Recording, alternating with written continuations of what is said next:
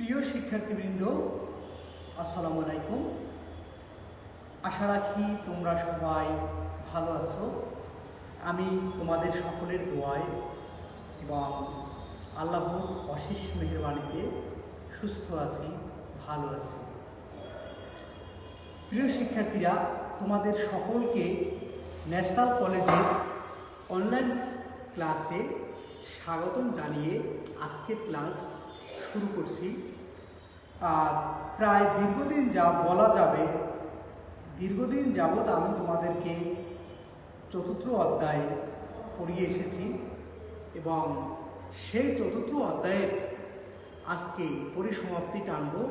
অর্থাৎ আমি এতদিন তোমাদের চতুর্থ অধ্যায়ে যা কিছু পড়িয়েছি তার জ্ঞানমূলক কী কী প্রশ্ন আসতে পারে এবং অন্যান্য কী কী প্রশ্ন আসতে পারে এগুলো নিয়ে আজকে আমি তোমাদের সামনে আলোচনা করব। ইতিমধ্যে তোমরা অনেকেই উপস্থিত হয়েছ। মুহিদুল ইসলাম সিয়াম, আসবিয়ান, অনেকেই এসেছো। আসসালামু আলাইকুম। ওয়ালাইকুম আসসালাম। প্রিয় শিক্ষার্থীরা, তোমরা এখনও যারা উপস্থিত হওনি তারা উপস্থিত হয় এবং তোমরা একটু প্রয়োজনে খাতা কলম নিয়ে বসো, কারণ আমি তোমাদেরকে কিছু জ্ঞানমূলক প্রশ্ন আজকে এখানে দেখাবো। অর্থাৎ সেই প্রশ্নগুলো আমি 2-3 ভাবে জ্ঞানমূলক উত্তরটা বলতে পারি বা লিখতে পারি। তাই এখানে যেটা লেখা থাকবে এর বাইরেও কিছু জ্ঞানমূলক অ্যান্সার বা ভিন্নভাবেও দিতে পারবে, সেটা তোমরা আশা করি খাতায় লিখে রাখবে।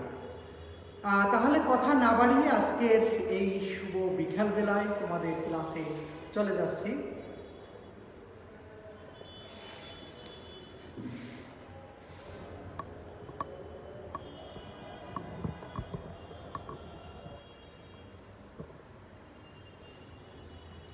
তাহলে আজকের আলোচ্য বিষয় ওয়েব পেজ ও HTML এর জ্ঞানমূলক আলোচনা।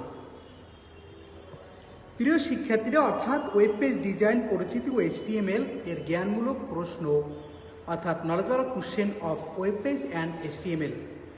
এই HTML এর মধ্যে কি কি জ্ঞানমূলক প্রশ্ন আমার পরীক্ষায় আসতে পারে, অর্থাৎ সেই প্রশ্নসমূহ নিয়ে আজকে আমি আলোচনা করব। তো প্রিয় শিক্ষার্থীবৃন্দ, তোমরা খাতা কলম নিয়ে বসো। ইতিমধ্যে তোমরা অনেকেই উপস্থিত হয়েছ। সোয়েব আল হাসান, ওয়ালাইকুম আসসালাম। তারপর হচ্ছে ইশরাত জাহান, এমডি তাজুল ইসলাম, মধুল ইসলাম সিয়াম, আশা মল্লিক সাফা, ফারিয়া লিনা, আমাদের ম্যাডাম আছেন, তারপর আশকান, এলিনা, আকরাম আহমেদ, অয়ন। প্রিয় শিক্ষার্থীরা, এবার আমরা প্রশ্নে চলে যাই। অর্থাৎ কি কি জ্ঞানমূলক প্রশ্ন এই অধ্যায় দিয়ে থাকতে পারে এগুলো আমরা আজকে দেখব। প্রথমে রয়েছে ওয়েব পেজ। অর্থাৎ ওয়েব পেজটা কি? ওয়েবসাইটের স্বতন্ত্র একটি পেজকে ওয়েব পেজ বলা হয়। ওয়েব পেজকে ব্রাউজারের মাধ্যমে প্রদর্শন করতে হয়। তোমরা এগুলো লিখে রাখবে এবং তোমাদের এগুলো লাগবে। পরীক্ষায় বিভিন্ন সময় জ্ঞানমূলক প্রশ্নগুলো আসবে। তাহলে ওয়েবসাইটের স্বতন্ত্র একটি পেজকে ওয়েব পেজ বলা হয়। আর যদি একটু বিস্তারিত বলতে যাই, যে ওয়েব পেজ হচ্ছে তথ্য সম্বলিত এমন এক পেজ বা পৃষ্ঠা যেখানে বিভিন্ন ধরনের তথ্য থাকে এবং ব্যবহারকারীরা ইন্টারনেটে যুক্ত হয়ে সে তথ্য গ্রহণ করতে পারে। আর আফসান Mohammad 213, Abida Sultana A to Z। এরপর ওয়েবসাইটকে কোনো নির্দিষ্ট ডোমেইনের অধীনে থাকা একাধিক ওয়েব পেজের সমষ্টিকে ওয়েবসাইট বলা হয়।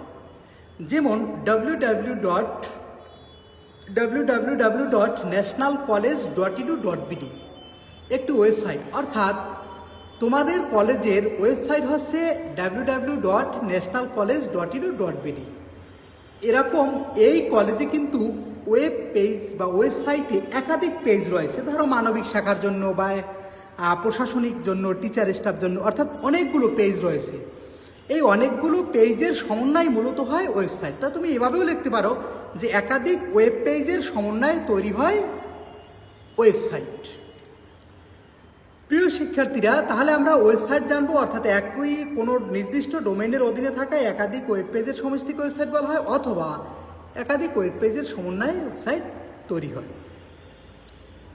আইপি অ্যাড্রেস খুবই ইম্পর্টেন্ট এবং গুরুত্বপূর্ণ একটি প্রশ্ন। আইপি অ্যাড্রেসটা কি মূলত? আইপি অ্যাড্রেস হলো ইন্টারনেট প্রোটোকল অ্যাড্রেস। ইন্টারনেটে প্রতিটি কম্পিউটারের একটি পৃথক অ্যাড্রেস বা পরিচিতি রয়েছে। এই পৃথক অ্যাড্রেস বা আইডেন্টিটিকে ইন্টারনেট প্রোটোকল অ্যাড্রেস তথা আইপি অ্যাড্রেস বলা হয়। প্রিয় শিক্ষার্থীরা, মূল ব্যাপার হচ্ছে যখনই তুমি তোমার ডিভাইসকে ইন্টারনেটে যুক্ত করবে, তখন ওই ডিভাইসের একটি নির্দিষ্ট অ্যাড্রেস বসে, যা ব্যবহার করে আমরা একজনকে আর একজনকে কল দেই, খুঁজে পাই। ইমো বলো, ভাইবার বলো, হোয়াটসঅ্যাপ বলো, স্কাইপি বলো, এই যে খুঁজে পাই, মূলত কীভাবে খুঁজে পাই? কারণ যখনই তুমি ইন্টারনেটে যুক্ত হবে, তখন তোমার মোবাইলে বা তোমার ডিভাইসে একটি নির্দিষ্ট ঠিকানা বা অ্যাড্রেস যুক্ত হয়। মূলত এই নির্দিষ্ট ঠিকানাকে আমরা বলি আইপি বা আইপি ইন্টারনেট প্রোটোকল অ্যাড্রেস। অর্থাৎ আমি বলিয়ে রাখো যে আইপি অ্যাড্রেস হলো ইন্টারনেট প্রোটোকল অ্যাড্রেস। ইন্টারনেটে প্রতিটি কম্পিউটারে একটি পৃথক অ্যাড্রেস বা পরিচিত রয়েছে। এই পৃথক অ্যাড্রেস বা আইডেন্টিটিকে ইন্টারনেট প্রোটোকল অ্যাড্রেস তথা আইপি অ্যাড্রেস বলা হয়। যদি তোমরা কেউ না বুঝতে পারো, আমাকে প্রশ্ন করবে, আমি তোমাদের আবার বুঝিয়ে দেব। তাহলে নিশ্চয় তোমরা বুঝতে পেরেছো যে আইপি অ্যাড্রেস কি। তারপর ডোমেইন নেম। আইপি অ্যাড্রেস সহজে মনে রাখার জন্য এটিকে অর্থবোধক ক্যারেক্টার সমষ্টির দ্বারা রিপ্লেস করা হয়। এই ক্যারেক্টারের সমষ্টি কি ডোমেইন নেম বলা হয়। প্রিয় শিক্ষার্থীরা, তোমরা সহজে মনে রাখবে যে প্রত্যেকটি ওয়েব পেজ বা ওয়েবসাইটের একটি নির্দিষ্ট নাম থাকে বা নাম দেয়া হয়। এই নামকেই মূলত ডোমেইন নেম বলে। কিন্তু ডোমেইন নেম মূলত আইপি অ্যাড্রেস ব্যবহার করেই লেখা হয়, কিন্তু এই আইপি অ্যাড্রেসটা মনে রাখা বা মুখস্থ রাখা আমাদের জন্য বেশ ক্রিটিক্যাল। এই জন্য আমরা ডোমেইন নেম ব্যবহার করি, যাতে আমরা সহজেই মনে রাখতে পারি। হ্যাঁ, মার্জিয়া জাহান, আসসালামু আলাইকুম স্যার। ওয়ালাইকুম আসসালাম। ডোমেইন নেম বুঝতে পারছো, যেরকম www.nationalcollege.edu.k এটা একটা কি ডোমেইন নেম ন্যাশনাল কলেজের, বা বিভিন্ন ওয়েব পেজ যখন তোমরা সার্চ করো যে নামটা ব্যবহার করো, মূলত সেটা একটা ডোমেইন নেম। আবার ডোমেইন নেমের বিভিন্ন অংশ থাকে। তো তোমাদের 1 মার্কের জন্য সাধারণত পরীক্ষা আসে ডোমেইন নেম কি। তখন তুমি লিখবে যে প্রত্যেকটা ওয়েবসাইটের একটি নির্দিষ্ট নাম থাকে, যা এক ও অদ্বিতীয়। এই নামকে ডোমেইন নেম বলে। তারপর ওয়ার্ল্ড ওয়াইড ওয়েব মানে www। ওয়ার্ল্ড ওয়াইড ওয়েব শব্দগুলোকে সংক্ষিপ্ত রূপ হলো www। হাইপারটেক্সট পরিমণ্ডলে ইন্টারলিঙ্ক যুক্ত ডকুমেন্ট সমূহই হলো ওয়ার্ল্ড ওয়াইড ওয়েব। প্রিয় শিক্ষার্থীরা, মূলত পৃথিবীর সকল ওয়েবসাইটগুলোর সমন্বয়ে তৈরি হয় ওয়ার্ল্ড ওয়াইড ওয়েব। এই জন্য বলা হয়েছে যে ওয়ার্ল্ড ওয়াইড ওয়েব শব্দগুলো সংক্ষিপ্ত রূপ হলো অর্থাৎ হাইপারটেক্সট পরিমণ্ডলে ইন্টারলিঙ্ক যুক্ত ডকুমেন্ট সমূহই হলো ওয়ার্ল্ড ওয়াইড ওয়েব। মূল কথা হচ্ছে, আমরা সকল ওয়েব পেজগুলো বা ওয়েবসাইটগুলো কোনো সার্ভারে যখন সংরক্ষিত রাখি, তখন এটা ইন্টারলিঙ্ক যুক্ত হয়, অর্থাৎ একটি আরেকটির সাথে যুক্ত হয়ে তৈরি হয় ওয়ার্ল্ড ওয়াইড ওয়েব। আশা করি তোমরা বুঝতে পেরেছো। প্রিয় শিক্ষার্থীরা, ওয়েব ব্রাউজার। ওয়েব ব্রাউজার হলো একটি বিশেষ ধরনের সফটওয়্যার বা HTML এর দ্বারা তৈরি ওয়েব পেজ বা ওয়ার্ল্ড ওয়াইড ওয়েবকে প্রদর্শন করতে পারে। মূলত ব্রাউজ শব্দের অর্থ উপভোগ করা। যেই ওয়েব পেজ সমূহ অর্থাৎ যেই অ্যাপ্লিকেশন প্রোগ্রাম সমূহ ব্যবহার করে আমরা ইন্টারনেট থেকে তথ্য উপভোগ করি, অর্থাৎ ওয়েব পেজ থেকে তথ্য উপভোগ করি, তাকে মূলত বলা হয় ওয়েব ব্রাউজার। বিভিন্ন ধরনের ওয়েব ব্রাউজার রয়েছে, যেমন Mozilla Firefox, Google Chrome, Yusuf রাজা, ইন্টারনেট এক্সপ্লোরার, গুগল ক্রোম ইত্যাদি। অর্থাৎ এই সকল ব্রাউজার সমূহ ব্যবহার করে আমরা ওয়েবসাইট থেকে তথ্য গ্রহণ করে উপভোগ করি, এই জন্য এটার নাম হয়েছে ওয়েব ব্রাউজার। সার্চ ইঞ্জিন, প্রিয় শিক্ষার্থীরা, সার্চ বলতে বোঝায় খোঁজা। সার্চ ইঞ্জিন হলো এমন এক ধরনের টুল যা ওয়েবের বিশাল তথ্য সমুদ্র থেকে আমাদের প্রয়োজনীয় যে কোনো তথ্যকে নিমিষেই খুঁজে বের করতে পারে। যেমন বাংলাদেশের তৈরি সার্চ ইঞ্জিন হচ্ছে পিপিলিকা। এছাড়া রয়েছে গুগল, ইয়াহু, বিং, এগুলো হচ্ছে সবগুলোই সার্চ ইঞ্জিন। মূলত বিশাল তথ্য ভাণ্ডার হতে তথ্য সমুদ্র থেকে আমরা যখন প্রয়োজনীয় তথ্য আমার দরকার হয় তখন খুঁজে বের করার জন্য এই সার্চ ইঞ্জিনগুলো আমাকে বিশেষভাবে সহায়তা দিয়ে থাকে এবং এই সার্চ ইঞ্জিনের মাধ্যমেই আমরা খুঁজে পাই। HTML একটি বিশেষ কোড বা প্রোগ্রামিং ল্যাঙ্গুয়েজ যা নানান মাধ্যমের তথ্য সম্বলিত ডকুমেন্টগুলোকে একটি হাইপারটেক্সট পরিমণ্ডলে নিয়ে আসতে সক্ষম হয়। প্রিয় শিক্ষার্থীটা অন্তের জ, অর্থাৎ অন্তের জ হয়ে গেছে, কিন্তু এখানটা হবে অন্ত্যেষ্টিয়া, নিজে লেখা হয়ে গেছে, টাইপিং মিস্টেক। পরিমণ্ডল নিয়ে আসতে সক্ষম হয়। অর্থাৎ HTML হচ্ছে হাইপারটেক্সট মার্কআপ ল্যাঙ্গুয়েজ। মূলত ওয়েব পেজ তৈরি করার জন্য আমরা এই হাইপারটেক্সট মার্কআপ ল্যাঙ্গুয়েজ ব্যবহার করে থাকি, অর্থাৎ একটি বিশেষ কোড বা প্রোগ্রামিং ল্যাঙ্গুয়েজের যা নানান মাধ্যমের তথ্য সম্বলিত ডকুমেন্টগুলোকে একটি হাইপারটেক্সট পরিমণ্ডলে নিয়ে আসতে সক্ষম হয়। কে? HTML। তোমরা সংক্ষেপে লিখতে পারো যে এটি একটি ওয়েব পেজ তৈরি করার জন্য ভাষা, হাইপারটেক্সট মার্কআপ ল্যাঙ্গুয়েজ। এটি খুব সহজেই এর সাহায্যে ওয়েব পেজ তৈরি করা যায়। স্ট্যাটিক ওয়েব পেজ, যে সকল ওয়েব পেজ পূর্ব প্রস্তুতকৃত কোনো কিছু প্রদর্শন করে এবং যে সমস্ত ওয়েব পেজের ডেটার নাম ওয়েব পেজে লোডিং হওয়ার পর পরিবর্তন করা যায় না তাকে স্ট্যাটিক ওয়েব পেজ বা স্ট্যাটিক ওয়েবসাইট বলে। প্রিয় শিক্ষার্থীরা, কিছু ওয়েব পেজ রয়েছে যেগুলো সাধারণত পরিবর্তন করার প্রয়োজন হয় না।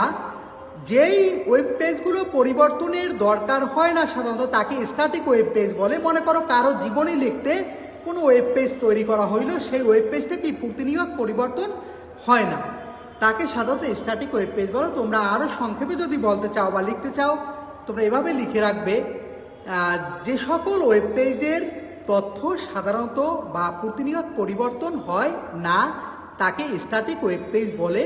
আর স্ট্যাটিক ওয়েব পেজ তৈরি খরচ কম এবং সময় কম লাগে।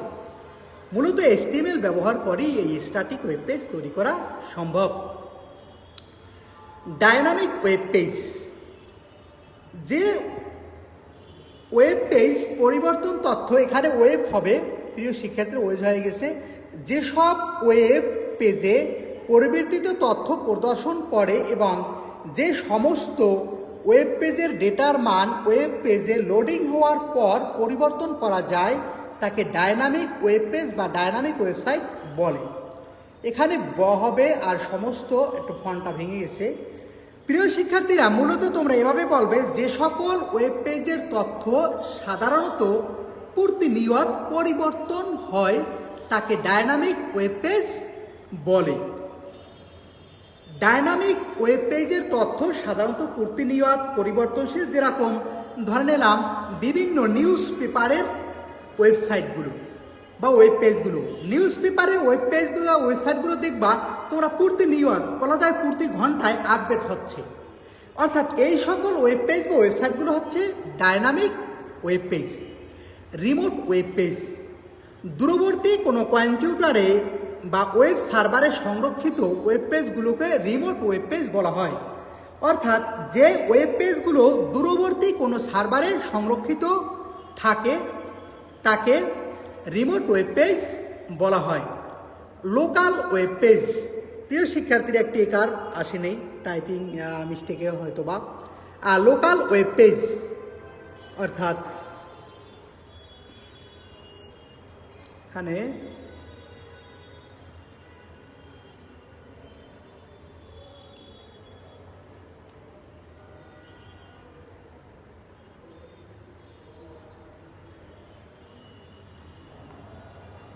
লোকাল ওয়েব পেজ মূলত যে সকল ওয়েব পেজ সাধারণত নিজস্ব কম্পিউটার বা সার্ভারে সংরক্ষণ করা হয় এবং সোর্স ড্রাইভ ও ডিরেক্টরি থেকে সহজেই ব্যবহার করা যায় সেগুলোকে লোকাল ওয়েব পেজ বলে। সেগুলোকে লোকাল ওয়েব পেজ বলে। অর্থাৎ নিজস্ব সার্ভারে যখন সংরক্ষিত থাকে যে সকল ওয়েব পেজগুলো নিজস্ব কোনো কম্পিউটার বা নিজস্ব কোনো সার্ভারে সংরক্ষিত থাকে তাকে লোকাল ওয়েব পেজ বলে। লোকাল ওয়েব পেজগুলো নির্দিষ্ট একটা সোর্সে থাকে, মূলত সেখান থেকে বা নির্দিষ্ট কোনো ডিরেক্টরি থেকে ব্যবহার করা হয়। তাহলে আমরা লোকাল ওয়েব পেজকে জানলাম, যে সকল ওয়েব পেজ সাধারণত নিজস্ব কম্পিউটার বা সার্ভারে সংরক্ষণ করা হয় এবং সোর্স ড্রাইভ বা ডিরেক্টরি থেকে সহজেই ব্যবহার করা যায় সেগুলোকে লোকাল ওয়েব পেজ বলে। এমডি তাজুল ইসলাম, বুঝছি স্যার, থ্যাংক ইউ। এরপর দেখো, যদি না বুঝো আমাকে জিজ্ঞেস করো। এরপর রয়েছে ওয়েবসাইট লেআউট। প্রিয় শিক্ষার্থীরা, কোনো ওয়েবসাইটে নানা রকম তথ্য ও উপাদান থাকতে পারে, অর্থাৎ যে কোনো ওয়েবসাইটে, যেমন হেডিং, প্যারাগ্রাফ, ছবি, ব্যানার, মেনু, সাইডবার, ফুটার প্রভৃতি। পেজের এই সমস্ত কন্টেন্ট কোথায় কিভাবে উপস্থাপন করা হবে তার সবকে ওয়েবসাইট পেজ লেআউট বলে। অর্থাৎ HTML লেআউটও এটাকে ওয়েব পেজ লেআউট বা HTML পেজ লেআউট বলা হয়ে থাকে।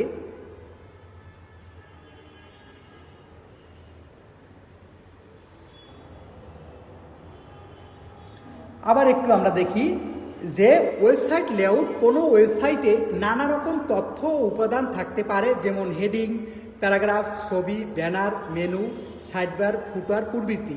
পেজের এই সমস্ত কন্টেন্ট কোথায় কিভাবে উপস্থাপন করা হবে তার সবকেই HTML পেজ লেআউট বলা হয়ে থাকে। তাহলে আশা করি তোমরা বুঝতে পেরেছো ওয়েবসাইট লেআউট। হাইপারলিঙ্ক। হাইপারলিঙ্কের মাধ্যমে হাইপারটেক্সট পরিমণ্ডলে, প্রিয় শিক্ষার্থী ফন্টটা ভেঙে গেছে, এখানে পরিমণ্ডলের লেখা হবে। হাইপারটেক্সট পরিমণ্ডলের কোনো একটি ওয়েব পেজের সাথে অন্য একটি ওয়েব পেজ অথবা একাধিক ওয়েব ডকুমেন্টকে পরস্পরের সাথে সংযুক্ত করা হয়। মূল কথা হচ্ছে, কোনো ওয়েব পেজকে অন্য কোনো ওয়েব পেজের সাথে অথবা কোনো ওয়েবসাইট অন্য কোনো ওয়েবসাইটের সাথে সংযুক্ত করাকে মূলত হাইপারলিঙ্ক বলা হয়। হাইপারলিঙ্ক একই পেজের মধ্যে হতে পারে, অথবা ভিন্ন ভিন্ন ওয়েবসাইটের মধ্যে হতে পারে, অথবা একটা পেজের উপরে বা নিচে অংশের সাথে হতে পারে। মনে রাখবে যে তোমরা যখন একটি ওয়েব পেজের সাথে অন্য ওয়েব পেজের বা একটি ওয়েবসাইটের সাথে অন্য ওয়েবসাইটের লিঙ্ক করা হয় তখন তাকে হাইপারলিঙ্ক বলা হয়। ইন্টারনাল বা লোকাল হাইপারলিঙ্ক একই ওয়েব সার্ভারে থাকা কোনো ওয়েব পেজকে লিঙ্ক করার জন্য বা একই HTML পেজের কোনো নির্দিষ্ট অংশে যাবা লিঙ্ক তৈরি করার জন্য ব্যবহৃত হাইপারলিঙ্ককে লোকাল হাইপারলিঙ্ক বলে। প্রিয় শিক্ষার্থীরা, মানে একই সার্ভারে থাকা কোনো ওয়েব পেজকে লিঙ্ক করার জন্য বা একই HTML পেজের কোনো নির্দিষ্ট অংশে যাবা লিঙ্ক তৈরি করার জন্য ব্যবহৃত হাইপারলিঙ্কই হচ্ছে লোকাল হাইপারলিঙ্ক বলে। যেমন একটি HTML ডকুমেন্ট অনেক টেক্সট থাকলে এর একেবারে নিচে যাবার পর উপরের অংশে ফিরে আসবার জন্য কোনো লিঙ্ক তৈরি করতে ইন্টারনাল হাইপারলিঙ্ক ব্যবহার করা হয়। এক্সটার্নাল বা গ্লোবাল হাইপারলিঙ্ক, এটি ব্যবহার করে আলাদা সার্ভারে থাকা কোনো ওয়েব পেজের জন্য লিঙ্ক করা হয়ে থাকে। এক্সটার্নাল কি? অর্থাৎ ভিন্ন ভিন্ন সার্ভারে থাকা ওয়েব পেজ বা ওয়েবসাইটগুলোর মধ্যে যখন লিঙ্ক করা হয় তখন তাকে গ্লোবাল হাইপারলিঙ্ক বলা হয়।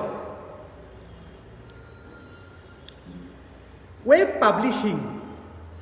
প্রত্যেকটা প্রশ্নই প্রিয় শিক্ষার্থীরা 1 মার্কে, তোমরা প্রত্যেকটা প্রশ্নই জ্ঞানমূলক হতে পারে, কিন্তু জ্ঞানমূলক তুমি যদি প্রশ্নের অ্যান্সারগুলো পারো তাহলে দেখবা অন্যান্য প্রশ্নগুলো তোমার কাছে অনেক সহজ হয়ে যায়।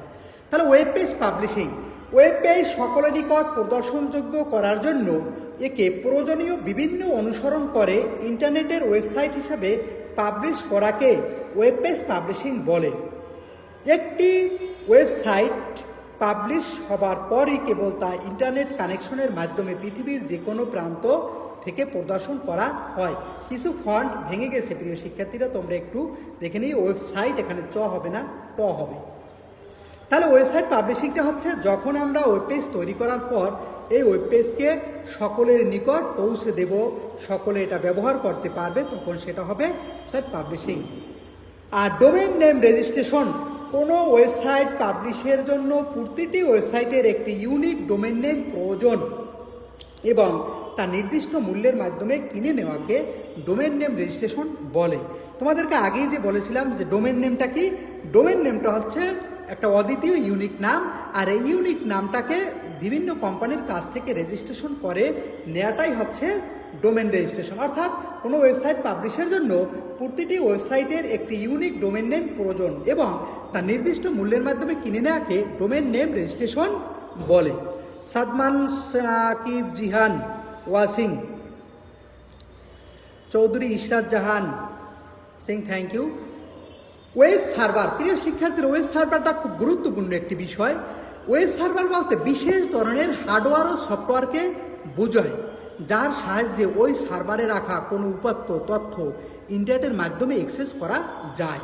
অর্থাৎ ওয়েব সার্ভার বলতে বিশেষ ধরনের হার্ডওয়্যার ও সফটওয়্যারকে বোঝায়, যার সাহায্যে ওই সার্ভারে রাখা কোনো উপাত্ত তথ্য ইন্টারনেটের মাধ্যমে অ্যাক্সেস করা যায়। প্রিয় শিক্ষার্থীরা, মূলত ওয়েব সার্ভার হচ্ছে কম্পিউটার হার্ডওয়্যার সফটওয়্যার এর সমন্বয়ে তৈরি এমন একটি সিস্টেম যেখানে পৃথিবীর বিভিন্ন ওয়েব পেজগুলো সংরক্ষিত থাকে। তোমরা যদি মনে রাখো আমার এই সংজ্ঞাটা দিয়ে লিখবে, অর্থাৎ ওয়েব সার্ভার হচ্ছে কম্পিউটার হার্ডওয়্যার সফটওয়্যারের সমন্বয়ে তৈরি এমন এক সিস্টেম যেখানে বিভিন্ন ধরনের ওয়েব পেজ সমূহ সংরক্ষিত থাকে। Web hosting, web page design করার পর তা ওয়েব সার্ভারে হোস্ট করতে হয়। বিশ্বজুড়ে বহু সংখ্যক প্রতিষ্ঠান আছে যারা টাকার বিনিময়ে তাদের ওয়েব সার্ভারে কোনো ওয়েবসাইটের জন্য প্রয়োজনীয় স্পেস বা জায়গা ভাড়া দেয়। ওয়েব হোস্টিংয়ের জন্য বিভিন্ন ওয়েব হোস্ট কোম্পানি তাদের ক্লায়েন্টদেরকে স্পেস ভাড়া দিয়ে থাকে, এটাকেই মূলত ওয়েব হোস্টিং বলা হয়। ওয়েব পেজ ডিজাইন করার পর তা ওয়েব সার্ভারের হোস্ট করতে হয়। বিশ্বজুড়ে বহু সংখ্যক প্রতিষ্ঠান আছে যারা টাকার বিনিময়ে তাদের ওয়েব সার্ভারের কোনো ওয়েবসাইটের জন্য প্রয়োজনীয় স্পেস বা জায়গা ভাড়া দেয়। ওয়েব হোস্টিংয়ের জন্য বিভিন্ন ওয়েব হোস্ট কোম্পানি তাদের ক্লায়েন্টকে স্পেস ভাড়া দিয়ে থাকে, এটাই হচ্ছে মূলত ওয়েব হোস্টিং। প্রিয় শিক্ষার্থীরা, তোমরা আজকে জ্ঞানমূলক প্রশ্নগুলো শিখেছ। মূলত এখানেই তোমাদের চতুর্থ অধ্যায়ের পরিসমাপ্তি। আমরা নেক্সট দিন থেকে পঞ্চম অধ্যায়ে ক্লাস করব। আগামী বৃহস্পতিবার তোমাদের আমি পঞ্চম অধ্যায়ের উপর ক্লাস নিব। সবাই উপস্থিত থাকবে, সবাই আমাদের সকল শিক্ষকদের জন্য দোয়া করবে এবং তোমরা স্বাস্থ্যবিধি মেনে চলবে। দেখা যায় শীত আসতেছে, হয়তো বা শীতে করোনার প্রকোপ বৃদ্ধি হতে পারে। সবসময় তোমরা মাস্ক ব্যবহার করবে কোথাও বের হলে, এবং সবসময় স্বাস্থ্যবিধি মেনে চললে আমরা কিছুটা হলেও সুস্থ থাকতে পারবো। সবাই ভালো থাকবে। MD Tajul Islam, thank you sir, most welcome. ভালো থাকো, আল্লাহ হাফেজ, সালাম আলাইকুম।